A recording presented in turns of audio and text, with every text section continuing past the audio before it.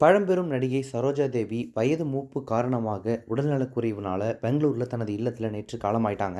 அவங்களுடைய மறைவுக்கு திரையுலக பிரபலங்கள், அரசியல் பிரபலங்கள் உள்பட பலரும் தங்களுடைய ஆழ்ந்த இரங்கலை தெரிவிச்சுட்டு வந்துட்டு இருக்காங்க.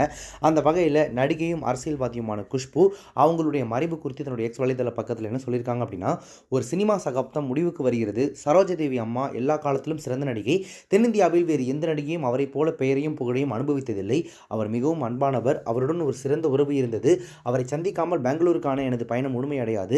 சென்னையில் இருக்கும் போதெல்லாம் அவர் அழைப்பார். அவரின் ஆன்மா சாந்தி அடையட்டும் அப்படின்னு சொல்லி பதிவிட்டிருக்காங்க.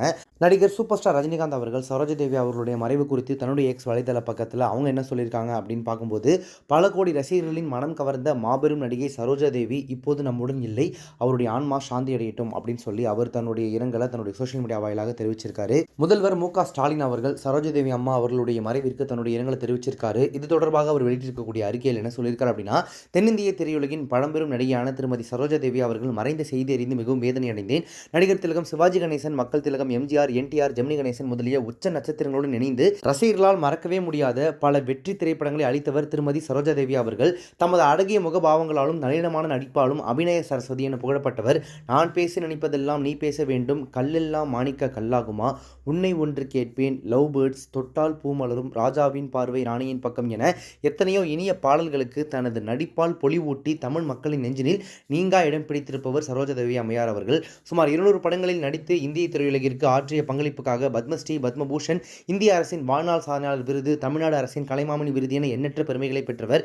எப்போதும் இனிமையான முகத்துடனும் கனிமான பேச்சுடனும் காணப்படும் திருமதி சரோஜா தேவி அவர்களின் மறைவு எளிதில் ஈடு செய்ய முடியாதது.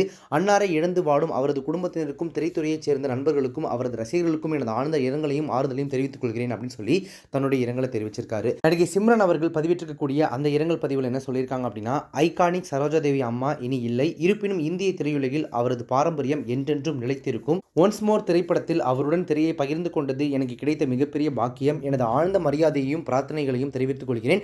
அவரது ஆத்மா சாந்தி அடையட்டும் அப்படின்னு சொல்லி பதிவிட்டு தன்னுடைய இரங்கலை தெரிவிச்சிருக்காங்க. நடிகர் கமலஹாசன் அவர்கள் பதிவிட்டிருக்கக்கூடிய அந்த இரங்கல் பதிவில் அவர் என்ன சொல்லியிருக்காரு அப்படின்னா, என்னை பார்க்கும் இடமெல்லாம் என் எந்த வயதிலும் கண்ணம் கிள்ளும் விரலோடு செல்ல மகனே என்னும் குரலோடு இன்னொரு தாயாக இருந்தவர் சரோஜா தேவி அம்மா. மொழி பிரதேச எல்லை இல்லாது வாழ்ந்த கலைஞர் மறைந்து விட்டார். என் இரண்டாம் படமான பார்த்தால் பசித்தீரும் படப்பிடிப்பு தருணங்கள் தொடங்கி எத்தனையோ அழியா நினைவுகள் நெஞ்சில் அலையடிக்கின்றன, கண்கள் ததும்புகின்றன.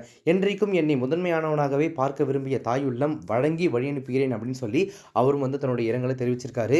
கிட்டத்தட்ட 30 வருடங்களில் தமிழ், தெலுங்கு, ஹிந்தி, கன்னடம் என 160க்கும் மேற்பட்ட திரைப்படங்களில் கதாநாயகியாக நடித்து என்றைக்குமே ரசிகர்களுடைய மனசில் நீங்காத இடம் பிடிச்சிருக்கக்கூடிய சரோஜா தேவி அம்மா அவர்களுடைய மறைவுக்கு நம்மளுடைய சேனல் சார்பாகவும் இரங்கலை தெரிவிச்சுக்கலாம்.